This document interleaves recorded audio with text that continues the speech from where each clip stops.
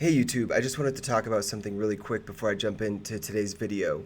It's been about 2 weeks since I made my last video. The hiatus that I took was not something that I intended or planned, so I'll be dedicating the next video to discussing what the break was about, why I needed it, and why it was important for me to do that so soon into this project. There's enough information that I feel like I can dedicate a video to that, so please tune in to that video on Friday, and I'll clue you guys into what happened. Okay, so let's get into today's video. Today's a bit of an exciting day for me in that it's sort of a milestone. About a year and a half ago, when I first had the idea to do this, I had the concept for the initial 7 episodes. I knew that a lot of what I wanted to say to the world, the real important bits and pieces about OCPD, could be done in the first 7 videos. Then the trick would just be to get you guys to watch. So even if I never make another video, I'm proud to have taken my initial idea this far. It definitely feels like I've accomplished something. What this also means is that starting on Friday, I'll no longer be relying on a script to talk to you guys. And not to bitch, but there's a lot of worry surrounding that. The thing with people with OCPD is that for many of us, we don't even want to bother with something unless we're confident we're going to excel at it. There are so many great projects and video projects specifically out there that I feel like I'll never be good enough. And for someone with OCPD, this is pretty crippling. So I'm going against every bone in my body by producing this channel. Every ounce of me is telling me to stop, saying, "What are you doing?" But enough of that for now. If you're watching, you can probably relate and know exactly what I'm talking about anyway. The good news though is that even though we're only 7 episodes in, the format is going to be changing. I'll be keeping most of the videos from here on out to around the 5-minute mark. So I'll be taking up a lot less of your time. Because I'll only be outlining the topics I want to discuss, the show will be much more a conversational style stream of consciousness, meaning it will be a lot more personality driven. I still don't feel comfortable sitting in a room by myself talking to a camera, but we'll get there. Alright, so now it's time to do some more talking about myself. We left off the second part of the series with me going through a long and dark time period after my second divorce. It's not easy to point out where one episode of depression ended and another begins, so I'll talk about my situation to start with. After a little more than a year of isolating myself, and more importantly not making any progress on the issues I was facing, I decided to move countries again. I'd chosen a European country and was preparing to go, but I made a phone call to an old friend of mine that was living and working in Central America with his family.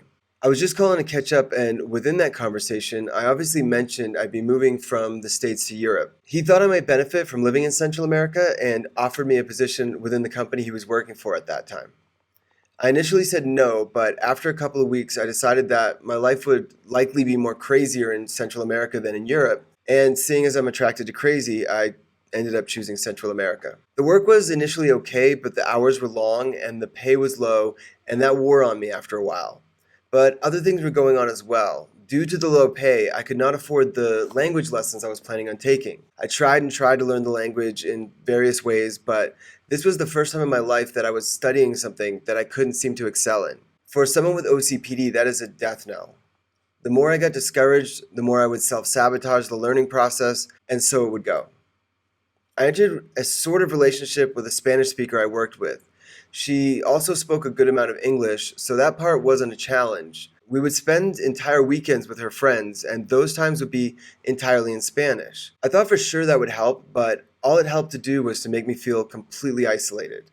When you don't understand anything, you constantly feel like the butt of every joke. This part of my story is relevant because I arrived in the country depressed, and this did nothing to pull me out of it. I ended up after about 6 months making friends within the expat community. My plan was to go down there and really assimilate and be part of the culture and to learn Spanish. Hanging out with the expat community felt like the opposite of that, probably because it was. And it felt like another failure. But I needed conversation and I needed friends, so it was what I had to do. During this time, I made a very close friend that I continue to be close to this day, even if we don't talk much anymore. I mention her because she's always quick to point out how bad I seemed during this time. Sometimes it's hard to remember things exactly how they happened, and sometimes in conversation I'd say, "I don't think I was that bad."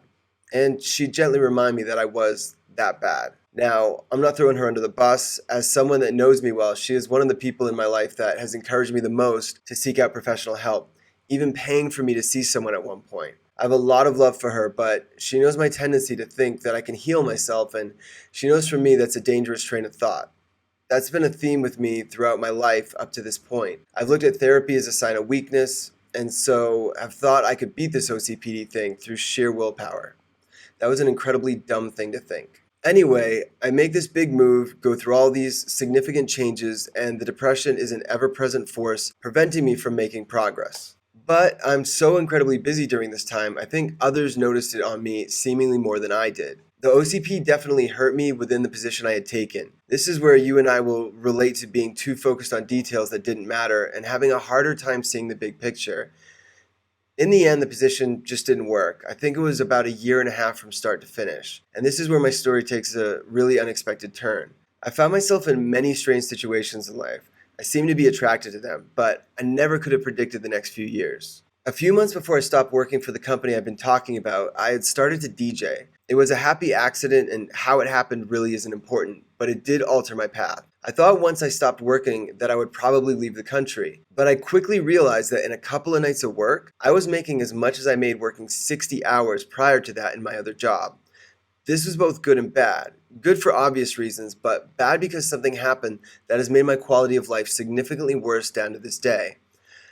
Up until this point, I'd suffered with depression and OCPD for most of my life, but I was surviving. But it was at this time that I developed both a general anxiety disorder and a social anxiety disorder. I'd learned to live with the things wrong with me up to this point, but this was a game changer. Now, in the past, I'd had the occasional panic attack. I'd had maybe 2 or 3 that actually sent me to the hospital, but they were incredibly rare and had started in my late 20s. They are terrifying things, but they were isolated, and once they were over, I didn't give them much thought until a year or two later when I would maybe have another one. Constant anxiety, which is what I now had, is something I wouldn't wish on my worst enemy. Before I talk about living with it, I'll talk about what may have prompted it. I have one strong theory and 2 weak ones, and my biggest guess was that it was too much free time. This was the curse of DJing. A couple of nights of work and the rest of the week spent living in my head. For years and years and years, I had kept myself so busy, part of having OCPD, that I had essentially been outrunning my past and my thoughts. I feel fairly confident that with all this free time, I was suddenly compelled to confront my past. Everything just came over me at once and I didn't have a way to cope. At this point, I started to slowly isolate myself. My bedroom amongst close friends became jokingly referred to as the cave, as I'd rarely leave to socially interact. I'd have to be, in a very real sense, forced out. The other theories are that I lost a relative in death that meant a significant amount to me around this time. She died much too early, and it had a lot to do with mental disorders. Also, around this time, I started experiencing sleep paralysis. That caused me a significant amount of stress as well. However, I think these may have contributed to the anxiety, but I don't believe that these 2 things were the catalyst. I'll save the subject of sleep paralysis for a later video as well, as that's definitely worth exploring further. Where things get sad is that my personality started to change, or at least it felt like it had changed.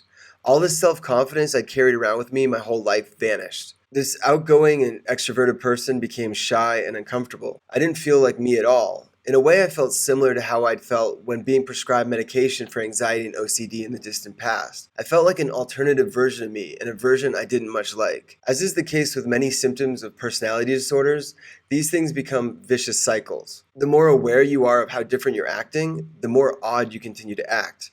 It's like the depression and OCPD were a volcano bubbling away my whole life, and this is how it chose to erupt, into a crippling anxiety disorder that took away my sense of identity. Now we have one more relationship to discuss that will bring us to present day. Far and away, this is the most painful thing to talk about and the most challenging in leaving out details, because it is such a fresh time period in my life. I entered into a relationship with someone that I'd known for a while, someone that I felt a deep connection with, and someone that I had incredible respect for. But we entered the relationship with an agreement that it would be temporary. We made the decision to date at a time when our lives weren't going in the same direction. We could have changed that, but the decision was made to not. There was a lot wrong with my mental state at the start of this relationship. The anxiety had built up over the past year, and I'd found interacting to fill me full of self-doubt. I was DJing and I didn't view it as an adult job, and this person was really successful, so I felt miles behind the 8 ball as to where I should be in life. Basically, I didn't feel worthy of this amazing and special relationship that was forming. I mentioned Manifest Destiny earlier, and never did it screw me over more than in this time period. not just screw me over, but essentially ruin my life. Because what happened is that we moved out of the country for a time, and then I moved on to Europe and her back to Central America. And at some point, the decision was made that it was a real relationship, and so I invested in a business in Central America in order to move back and restart my life there. Now, I didn't want to mess this relationship up, and so I was fighting harder than I'd ever had before to minimize my OCPD tendencies. It also helped that my partner was incredibly neat and tidy and organized herself, so that made life incredibly pleasant in that way. But I couldn't shake the anxiety and unease, and I couldn't get the thought out of my head that I was going to ruin this relationship. Initially, it was the anxiety that started to do the most damage. By the way, this didn't all come on at once. Her and I had dealt with the anxiety from the start of the relationship. But the longer we were together, the more I started messing up. Two of the big ways in which I did this were through lack of communication. When in my head I would start a cycle of worry based on losing her, I would shut down. I would go days with barely saying a word, and it breaks my heart to know what she must have been feeling in those moments. Also, I knew the damage I was doing, but my brain was incapable of creating speech. The second was in interacting with her friends. She's an incredible person and surrounded herself with a great circle. But my ever growing social anxiety meant I wasn't comfortable with spontaneously hanging out with her friends. And when we did spend time with her friends, I was so quiet that it was at the point of being rude. And I was eventually viewed as someone that didn't fit in with the group dynamic. They were right. I was a buzzkill and I didn't belong there at that time. But the worst was yet to come. The business I'd invested in and come back to run failed.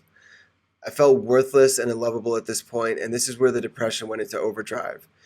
If you don't love yourself, you can't possibly imagine why another person would love you, and I self-sabotaged myself right out of the relationship.